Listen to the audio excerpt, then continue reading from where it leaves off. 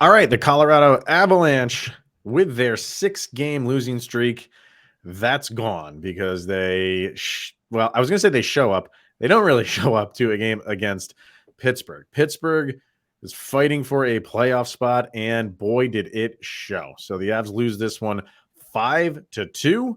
A lot to get to with this one. New episode of Locked On Avalanche coming at you. You're Locked On Avalanche, your daily podcast on the Colorado Avalanche. Part of the Locked On Podcast Network, your team every day.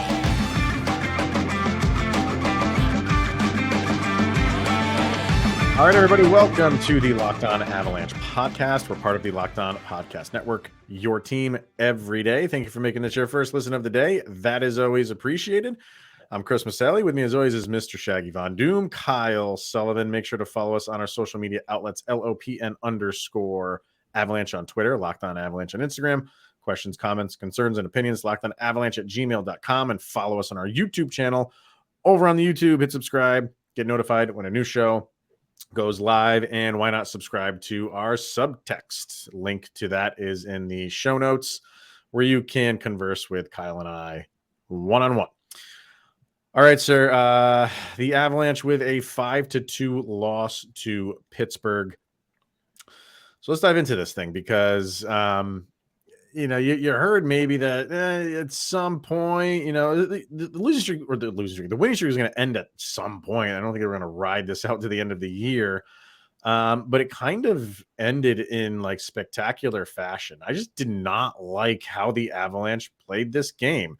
Sure, go ahead and give Pittsburgh some credit for kind of forcing the issue with the Avalanche and kind of forcing them out of their game. They really did. And they had a lot more to play for. I don't want to sit here and say the Avalanche didn't have anything to play for, but in terms of, playoff spot, the Penguins were kind of on the outside looking in for this game. They needed these points to now be on the inside of a playoff spot. For the Avalanche, though, I mean, it was an important game. You could have been atop of the division for getting these 2 points. I don't know, man. I just was not comfortable with how the Avalanche just seemed to be out of their element this entire game, which was a little bit surprising to me.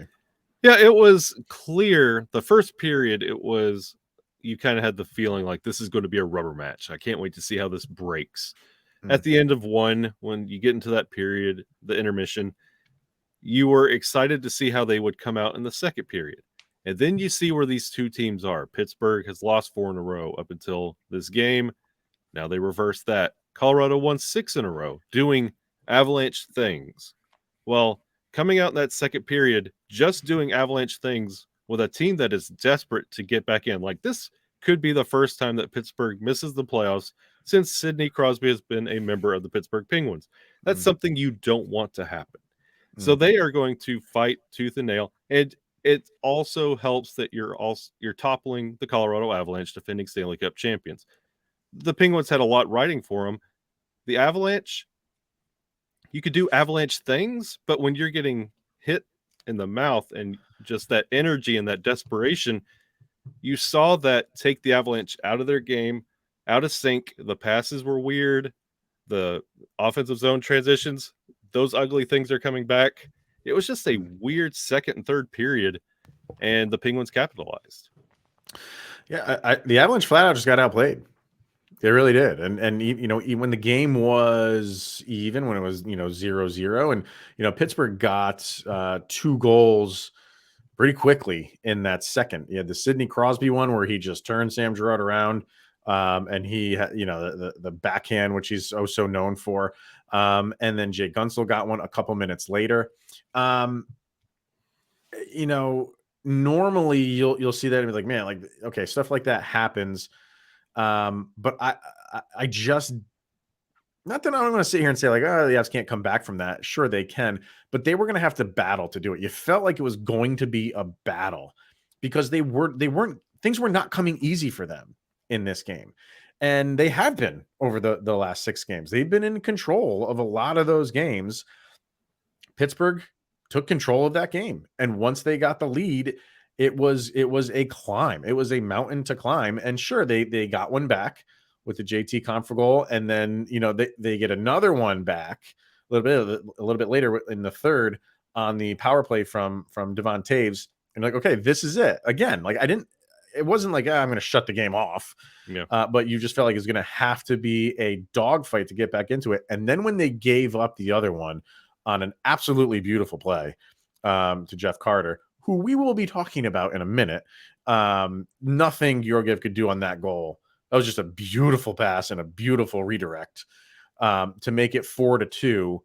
You felt like that's really it. Even though that was a little bit later in the you felt that way, not because the Avs didn't have a lot of time to work with. You just felt the way because it was such a grind to get to 3-2. And now they've pushed ahead 4-2. I think there was maybe 6 minutes left at that point in time. You just didn't have a good feeling. You didn't. And it was a struggle for the Avalanche to really, gain it. They had some good possessions. I don't want to make it sit here and just seem like Pittsburgh completely dominated them. Pittsburgh dominated, but the Avalanche had opportunities. And when they weren't converting on them, you're like, I don't know when the next one's going to come. Yeah. And you saw when Pittsburgh was outplaying the Avalanche, they resorted back to bad habits that we've seen previously throughout the season where the defense would break down, like you saw Sam Girard. That was kind of embarrassing, and it doesn't help that it's on national TV. And then you had overpassing and trying to be cute. Newhook could have had a goal.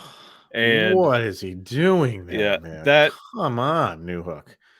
You're getting in your head. You're playing the game between the ears, and you're not just playing it on the ice. And you see nobody wanting to step up in that moment. You didn't see that killer instinct from the Moose, Mikko Rantanen, or Nathan MacKinnon. That was absent. Like, you were waiting on the guy to step up. And it was like everybody was looking around like, not me, who's got it? And there was a lot of that. It was 40 minutes touching their nose. Like, not me. not me for 40 minutes. Like, it's not me. That's why you had a taser laser and a JT Confer goal. Like, those are the guys that step up when nobody else will. They're never the take over kind of guys, and nobody wanted to take over. It almost felt like an inconvenience to the Avs at that time, and it was frustrating seeing all these things fall apart. And then when they pull Georgiev at the end, you had that glimmer of hope, like, okay, they're going to wake up now. But then when they tried to go for a goalie goal, you're like, okay, they're not even it's over. Just put your hands up. We're done. I don't know. Like you always see Nathan MacKinnon, his effort is really like unmatched, and he was out there trying. He was just given no space. Yeah. And there's times where defenders kind of get afraid of what he can do and embarrass you. So they step off a little bit and they do give him a little bit space. And then he can just make you look foolish. And Pittsburgh was not afraid of him. They were like, if you're going to beat us, fine. You're that talented where if you get around us, we'll just explain it away as Nathan MacKinnon doing Nathan MacKinnon things. But that doesn't mean we're just going to let you do that. Yeah. And they were on him. They never gave him time and space. He was trying his best. Same thing with Mikko Rantanen. Now, Mikko Rantanen doesn't have the puck handling skills that Nathan MacKinnon has, but he's got them. Mm-hmm. And, going through the neutral zone, they were clogging up the neutral zone. Pittsburgh was just doing everything right on how to slow down and stop the Avalanche. They're a speedy team. I don't think Pittsburgh is that fast, but they were hanging with them, and they were not letting them get these outlet passes and just get a full head of steam. Easier said than done. But when you have a 2-goal lead, you can kind of, take maybe a chance or two if you wanted to. If you want to sit back, that's when Avalanche can hurt you. And you also have to realize that defense isn't scared because that defense has to play in the East. When you have Ovechkin, you have the Rangers, like those are your night in, night out opponents. You're playing East teams, and everybody knows how good the East is. So if you're telling the Penguins defense, like, watch out for Mikko Rantanen, Cale Makar's not there. So Mikko and Nate, watch out for them. That's fine. 2 guys, we're cool with that. They're not getting scared. They're just playing that grindy defense that Pittsburgh has played since color television. Yeah, you mentioned Cale Makar was not there. It was not because of a Jeff Carter hit, But Cale Makar did miss some time because of the Jeff Carter hit the last time we played against these Pittsburgh Penguins. And nothing was done about it. I have issues with that. We will talk about that in a second. But first, we are going to hear from Indeed. And if you're hiring, you need Indeed, because Indeed is the hiring partner where you can attract, interview, and hire all in one place. And Indeed is the only job site where you're guaranteed to find quality applications that meet your must-have requirements, or else you don't pay. Instead of spending hours on multiple job sites hoping to find candidates with the right skills, you need one powerful hiring partner that can help you do it all.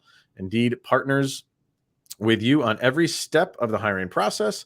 Find great talent through time-saving tools like Indeed's Instant Match assessments and virtual interviews. And with Indeed Match, as soon as you sponsor a post, you get a short list of quality candidates with resumes on Indeed that match your job description, and you can invite them to apply right away. Plus, you only pay for quality applications that meet your must-have requirements. With Instant Match, over 90% of employers get quality candidates as soon as they sponsor their first post, according to Indeed data. And start hiring right now with a $75 sponsored job credit to upgrade your job post at Indeed.com/locked-on. The offer is valid through March 31st. So not much time left. So go to Indeed.com/locked-on to claim your $75 credit. Once again, that ends on March 31st. Indeed.com/locked-on. Terms and conditions apply. Need to hire? You need Indeed. All right. So Avalanche fans and Pepperidge Farm remembers when Jeff Carter threw an errant elbow that connected with Cale Makar, who missed some time because of that. And he was in the concussion protocol for a while, and then played another game, and then, was out again, maybe because of another hit, but still lingering effects from that Carter hit. It's the first time we've seen him since that hit. Obviously, you only play Pittsburgh twice. I was thinking, Curtis McDermott is back, but he is also coming back from, a concussion. So I was still thinking maybe there's something there that the Avalanche, I guess you can use the term retaliate. I kind of felt like you have to do something. This guy, intentional or not, and that's debatable. That's a whole other conversation. Laid out your superstar, not just a fourth line guy or a third pairing guy. That would still be as bad. What he did it didn't matter where you are on the superstar spectrum. But we're talking about Cale Makar here, the golden boy. This is the future, and this is the present. And the Avalanche didn't lay a finger on him. I got a big problem with that for a couple of reasons, but I'll let you speak. Go ahead. I'm curious to hear your reasons, because I saw this kind of going around on Twitter and some fan sites, and I'm curious when it comes to going after Jeff Carter and retaliation.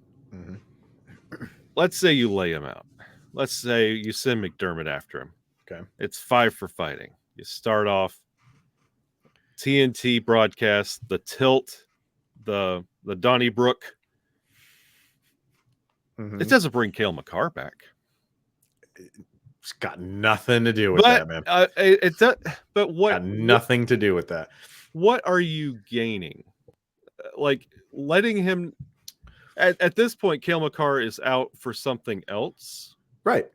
But you can't control that. I mean, you can't control if this happened in October, and then you don't see him until now.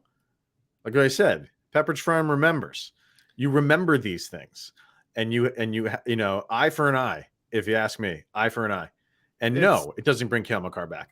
That's not my point. The point is, other teams are looking at this now, saying we can go after the Avalanche, and they will do nothing. You don't want to be known as that team. Trust me, you don't want to be known as that team. The Avalanche are being looked at right now as soft because they didn't retaliate. And if it is a Curtis McDermott thing where he just had a concussion and you don't want him to go back into a fight right away, I can understand that. And maybe if you had Josh Manson there, you have a couple guys that you can, even if you had Eric Johnson there. I mean, there's other guys that could have stepped in. Who could have done it with this team? That's where I'm stuck, because I don't really know who could have stepped in. Andreas Englund isn't here anymore. He couldn't have done it. It was really Curtis McDermott or nobody, and the Avalanche chose nobody. And I don't want to say it and be like the Avalanche are like a laughing stock for not doing this, but it's really kind of frustrating because I'm scared now of what teams. I don't know if they're going to go headhunting or anything like that, but other teams are not afraid now that the Avalanche are going to do something. This is the bro code. These are the unwritten rules of hockey. You go after our guy, we're going after yours. It's the way that it's worked in this league forever. And the Avalanche did not do a thing. And we're recording this right after the game is over. So I don't know if it's been asked in any of the press conferences yet. And maybe we'll when we're done here, we'll go look that stuff up to see if it was asked and why the Avalanche didn't do anything. I really want to hear an answer. And maybe that is it. Maybe it is the Curtis McDermott just coming back from a concussion thing. And we really don't have anybody else that can go after him, because the fact that you didn't, I'm not happy about it. And you mentioned the TNT thing, all the more reason to do it. That's why people tune in. That's the NASCAR people watching for the car crashes. Mm-hmm. I don't know. I think everything was there right for the picking to do that, and to not do it. Imagine if you're Cale Makar right now. Do you feel like my team's not backing me? Would you have that mentality? I don't know if that statement is being made. It's one of those, every time we've talked about when it comes to like the Trouba hit on Nathan McKinnon last year, the Taylor Hall hit that broke Nathan McKinnon's nose, EJ went after him and wouldn't get that off his back, and it became a detriment to where he got benched. And then you had the St. Louis series and everything going on there, and you didn't.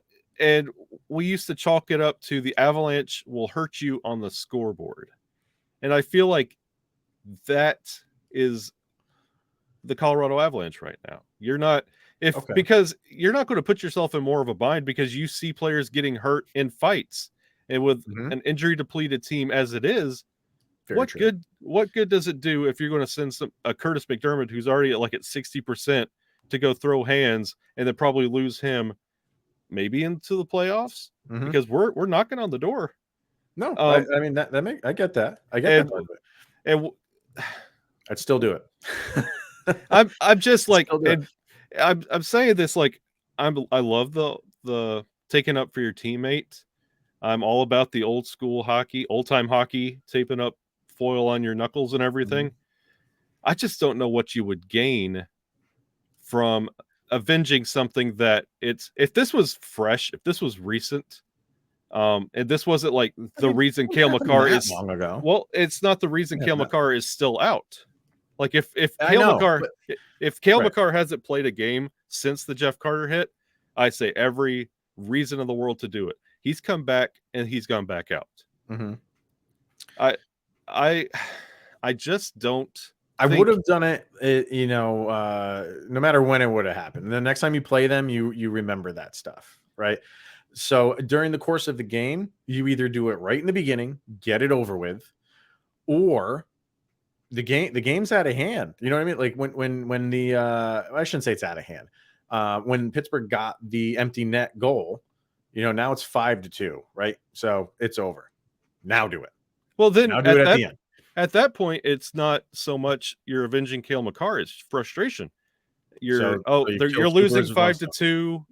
They're going after Jeff Carter. I feel like you lose that morale victory by going after him late. And if you go after him early, those referees are not keeping track of Jeff Carter laid out Cale Makar, who's not here. They're not thinking about that. No, but they're not involved in this. But it doesn't concern them. Stand aside, Stripes. We're going to handle this ourselves. I'm just like, if you start the game out with a Tilly, those refs are going to be calling the game even more ridiculous than they did all the way through that game. I can almost guarantee you the refs had it in the back of their mind that it could happen. It could happen. They know. They're not going into this thing blind, right? They know it could happen. So if it does, you let it happen, and then that's it. And then we're done. And I think that's the how it works in this sport is we're gonna retaliate in some sort of way, and then it's over, and we're done with it. You know what I mean? This isn't we're just gonna keep going after Nazem Kadri like the Blues did over and over and over again for his I get it. You go after him once and it's over. They kept on it. That's ridiculous. We get it. But for this, it's just you took our guy out and we're just gonna have a little scrum and get it over with. It doesn't have to be this knockout, drag him out, even if it was just wrestling, just hugging or whatever you want to do. Just show him dude, we didn't appreciate that. I'm not looking for a bloodbath. I'm looking for something. And the Avalanche did nothing. And now you can't, because for this season, the next time that you could potentially see them is in the Stanley Cup final. And it's not going to happen there. And now you can't drag it into next year, because now that statute of limitations is completely passed. So the Avalanche missed an opportunity. I really think they did. I understand everything that you're saying, but and I don't want to put Cale Makar up on this pedestal and say because it's him they should have done it, but there is some truth to that. And I don't want to sit here and say if it happened to Cogliano or something like that, the Avalanche wouldn't have done anything because he's a fourth line guy. They still should have stood up for their man. But the fact that it's Cale Makar, like I said in the beginning of this discussion, people are looking at that and saying, wow, if I want to take a run at Nathan McKinnon, if I want to take a run at Mikko Rantanen, I'll get a penalty for it, and then that's it. I will say this in closing. If the Avalanche avenged every injury and kind of cheap shot throughout the year, we would not be sitting in the place that we are now. I mean, and you can't do that. You can't go after every. I get that. But this one was when it happened, us Avalanche fans were none too pleased. And I think there were some of them, myself included, sitting there thinking all right, I'm not saying you're going to lay out Carter, but just show him shouldn't have done that, bro. The Avalanche. It might have been said in between the benches or maybe after the anthem. You never know. I want to hear from people in the comments. Are you on my thinking, or are you on Kyle's thinking where it's yeah, but what really would it have solved? Let us know. All right, let's hear from FanDuel, and then we'll wrap this thing up and get to our sound check too. So, all right. FanDuel tournament is heating up, and now is the perfect time to download FanDuel, America's #1 sportsbook, because new customers get a no-sweat first bet up to $1,000. That's bonus bets back if your first bet doesn't win. Just download the FanDuel Sportsbook app. It's safe, secure, and super easy to use. Then you can bet on everything from the money line to point scores and three-pointers drained. Plus, FanDuel even lets you combine your bets for a chance at a bigger payout with the same game parlay. So don't miss the chance to get your no-sweat first bet up to $1,000 in bonus bets when you go to FanDuel.com/lockedon. That's FanDuel.com/lockedon to learn more. And you can make every moment more with FanDuel, an official sports betting partner of the NBA. So real quick before I get to stats, because I want to bring this up in the beginning. I got home a little bit later. It was right around the first period was just ending when I got home. So I caught up through the first intermission. And the reason why I was late is because I went to a trivia night with my my uncle, right? Ooh. My uncle's he loves doing they do it once a month at this golf course that he's a part of, and he loves doing it. And my brother and I go with him. We're pretty good, man. We've won three months in a row. Not kidding. So one of the questions tonight, what is the national sport of Canada? Would it not be? One would think it's curling. See, I knew it wasn't hockey. Yeah. And I know it wasn't hockey because of this book right here. When I went to go visit my friend in North Carolina back in November, I took this book with me on the plane. This is Wayne Gretzky's 99 Stories of the Game. Fantastic book, by the way. And that is a signed copy right there. So oh my word. So yeah. So I remember reading in that book him saying, it's not the national hockey's not the national sport. And I could not for the life of me remember what he said was. We went with curling. And I think some other teams did the same. Other teams did say hockey. It is not hockey. It is not curling.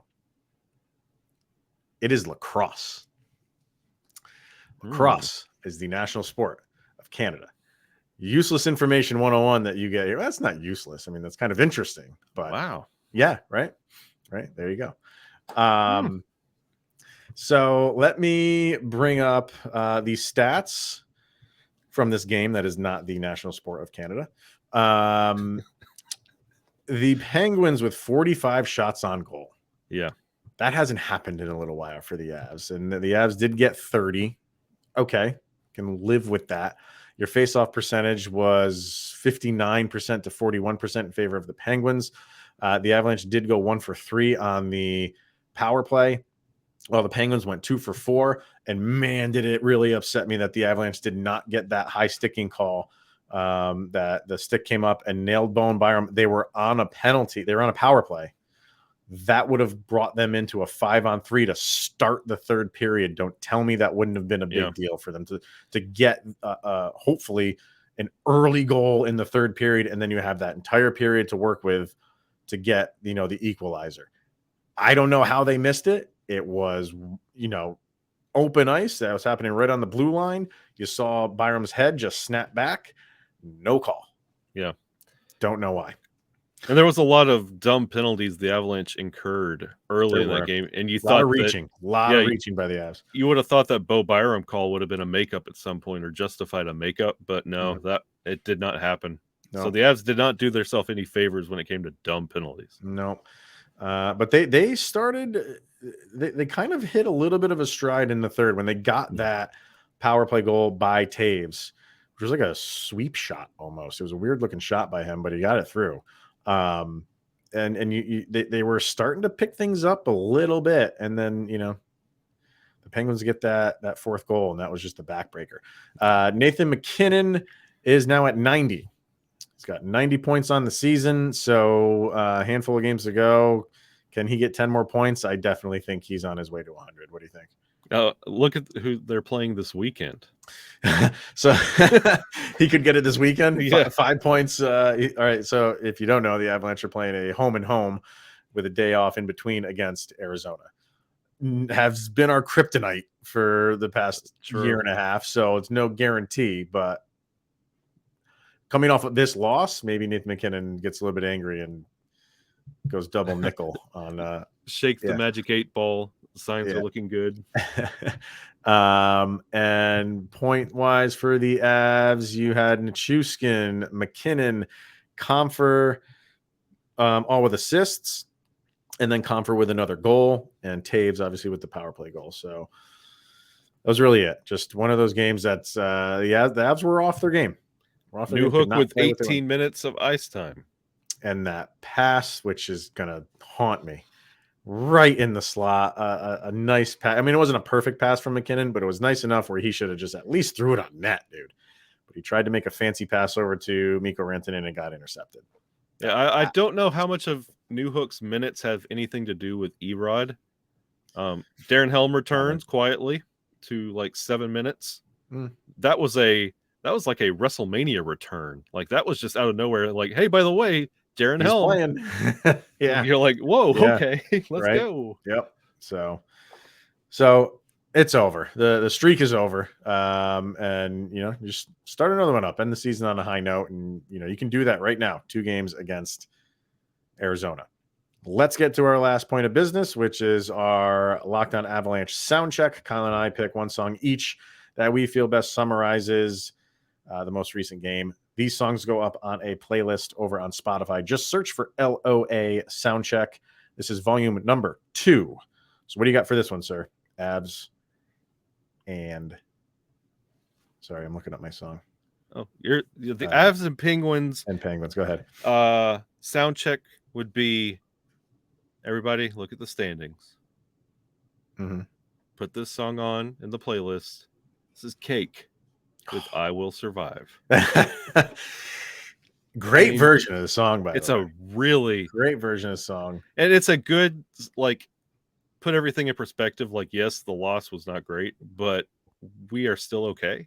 Yeah. We have a positive weekend coming up where you can get back on track, maybe even take first, depending on how everything else shakes in the league. Mm-hmm. It'll be all right. Yeah. And as far as albums go, when you know, there's always those albums that just take you right back to where you were when you first heard them and like your youth and your teenage years. Cake's Fashion Nugget is one of those for me, man. Yep.